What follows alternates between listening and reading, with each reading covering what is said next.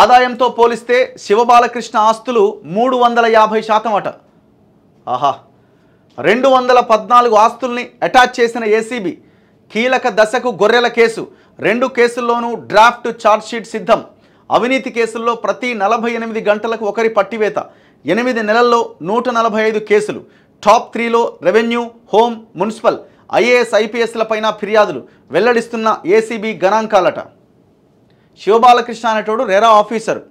ఒక normal officer వందల వేల కోట్ల రూపాయలు సంపాదించిండు. ఇప్పుడు నేనేమంటున్నానంటే కేసు ఎంతవరకు వచ్చింది? రెరా శివబాలకృష్ణ అంటోని అరెస్ట్ చేసిరండి. ఈ వాడు అరవింద్ కుమార్ పేరు చెప్పిండు. అరవింద్ కుమార్ కేటీఆర్ పేరు చెప్పిండు ఒక కేసులో. మరి ఏమే అది శివబాలకృష్ణ దగ్గరనే ఆగిపోయింది. మరి అరవింద్ కుమార్ దగ్గరికి పోలేదు, కేటీఆర్ దగ్గరికి అసలే రాలేదు. మరి ఏమైనట్టు? కాంప్రమైజా? ఏ కేసుకి ఆ కేసు కాంప్రమైజ్ అవుతున్నారా?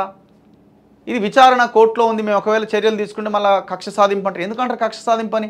వాడు తప్పు చేసి మొత్తం జనాన్ని దోపిడీ చేసి రక్తం దాగిన తర్వాత మరి దాన్ని జనాలు ఎందుకు కక్ష సాధింపు అనుకుంటారు? ప్రతి లీడర్ ఇదే మాట మాట్లాడతాడు. ముఖ్యమంత్రి దగ్గర నుంచి ఏమి ఇప్పటికిప్పుడు మేము ఏదైనా యాక్షన్ తీసుకుంటే మళ్ళీ అది కక్ష సాధింపని. ఎందుకంటారు కక్ష సాధింపని? వాళ్ళు జనాన్ని దోపిడీ చేయలేదా? జనం రక్తం దాగలేదా? అవి వాస్తవాలే కదా. జనం భూములు కొల్లగొట్టిరు కదా, లక్షల ఎకరాలు అసైన్డ్ భూములు తిన్నారు కదా.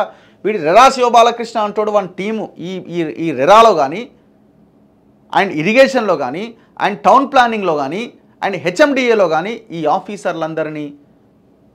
ఆఫీసర్లందరి ఆస్తుల మీద రైడ్ చేయాలి. వీళ్ళ జీతం ఎంత, వీళ్ళ సంపాదన ఎంత? ఫస్ట్ దీని మీద ఫోకస్ చేసినప్పుడే మీరు వాస్తవాలని బయటికి తీయగలరు. ఎందుకంటే చాలా భయంకరమైన కరప్షన్ జరిగింది. ఇది ఒక్కసారి చూడండి వార్త.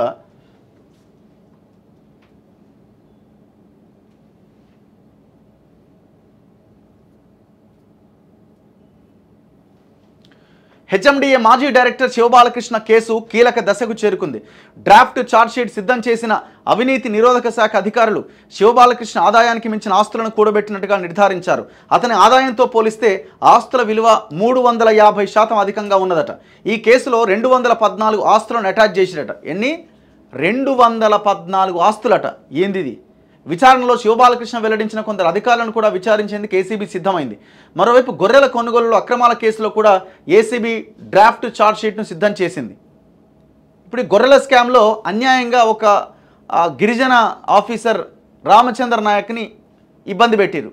ఇంకా కేసు సంబంధించింది మనం ఇంకా వాస్తవాలన్నీ బయటికి తీయాలి. అసలైనోడు లక్ష్మారెడ్డి అంటోని పక్కన పెట్టేసారు. 3 లక్షల గొర్రెల్ని గ్రౌండింగ్ చేసినోడనేమో వదిలేసారు గాలికి. 50,000 60,000 ఆయన హయాంలో గొర్రెల్ని గ్రౌండింగ్ చేసిన రామచంద్రని మాత్రం అరెస్ట్ చేసి దాదాపు 53 రోజులు జైల్లో పెట్టారు.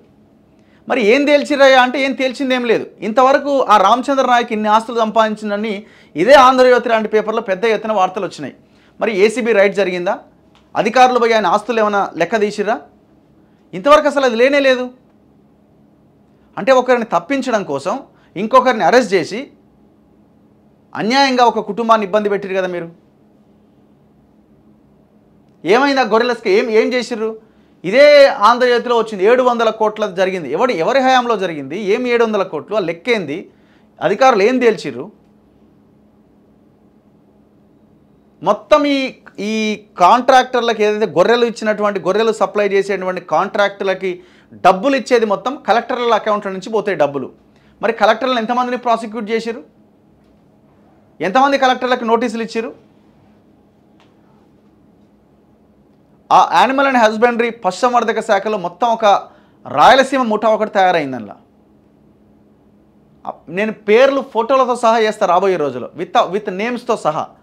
ఎంత పెద్ద స్కామ్ జరిగింది, ఎవడెవడు ఉన్నాడు దీని వెనకాల, ఏంటి అని ఒక పెద్ద మాఫియా ముఠా తయారైంది అక్కడ. ఈ ముఠాకు నాయకుడు లక్ష్మారెడ్డి, ఇంకా చాలామంది పేర్లు ఉన్నాయి. సుబ్బారాయుడు, బాబు భేరి, ఇట్లా చాలామంది పేర్లు వినిపిస్తూ ఉన్నాయి. వీళ్ళ ఆస్తుల మీద విచారణ జరగాల. ఎవరెవరు ఆస్తులు ఎంతెంత అని. ఇప్పుడు ఒక ఆమె మంజువాణి అని మొన్నటిదాకా ఒక ఆమె ఉండే, ఆమె ఇదే రామచంద్ర నాయక్ పోస్ట్ ఎట్లొచ్చిందంటే 5 కోట్ల రూపాయలు ఎవరికో మంత్రికి ఇచ్చిండు అని అంటే, మరి దాని మీద విచారణ ఏది? ఏ మంత్రి దగ్గరికి 5 కోట్ల రూపాయలు పోయినాయి అంటే మీరే అలిగేషన్స్ పెడతారు. వాళ్ళకి ఆ పదవి రాకుండా వచ్చిన పదవిని ఊడబీకడానికి ఏదో ఒక రకమైన అలిగేషన్ పెట్టి మీకు సంబంధించిన వాళ్ళకి పదవులు ఇచ్చుకుంటారు. మంజు అని ఎవరికి శ్రీధర్ బాబు గారికి పెట్టింది, శ్రీధర్ బాబు ఎవరికి శేషాద్రి అని, ముగ్గురు ఒకటే కమ్యూనిటీ. ఎంత భయంకరమైన గవర్నమెంట్ వచ్చిన తర్వాత జరిగిన అరాచకం ఇది. ఈ గొర్రెల స్కామ్ పూర్తిగా తప్పుదారి పట్టింది. ఈ గొర్రెల స్కామ్లు అసలు నిందితుల్ని పూర్తిగా పక్కన పెట్టేసి జెన్యూన్గా నిజాయితీగా పనిచేసిన ఆఫీసర్లను అన్యాయంగా జైలు పాలు చేసింది గవర్నమెంట్.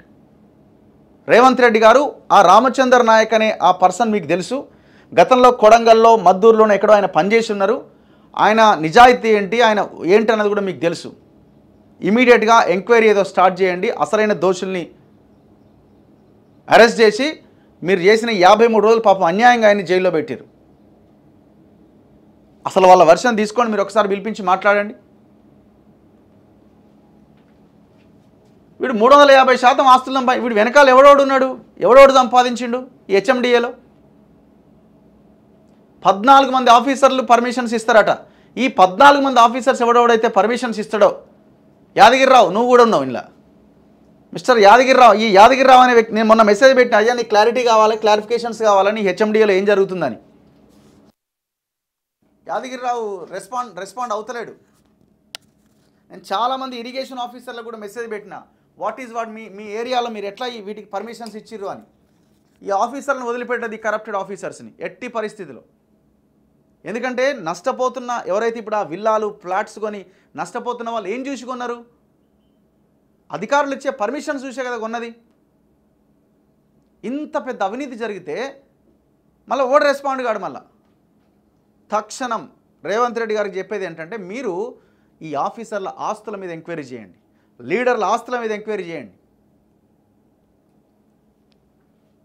ఇప్పుడు అదేది మన ఫార్ములా కార్ రేసింగ్ కేసులో 53 కోట్ల రూపాయలు సింగిల్ ట్రాన్సాక్షన్లో పోయినాయి, వితౌట్ మినిస్ట్రీకి తెలియకుండా, ఫైనాన్స్ మినిస్ట్రీకి తెలియకుండా అని వార్త వచ్చిందా? ఎటుపోయిందా వార్త? 53 కోట్లు నేను కేటీఆర్ చెప్పిండు కాబట్టి వేసినానన్నాడు. మరి ఏమైంది అది? అది కోల్డ్ స్టోరేజా?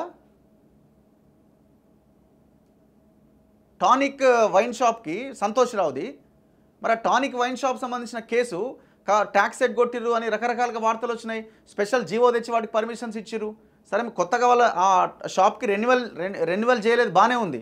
మరి సంపాదించిన దోపిడీ సొమ్మంది ఎటు పోయినట్టు? ఏం జరిగింది?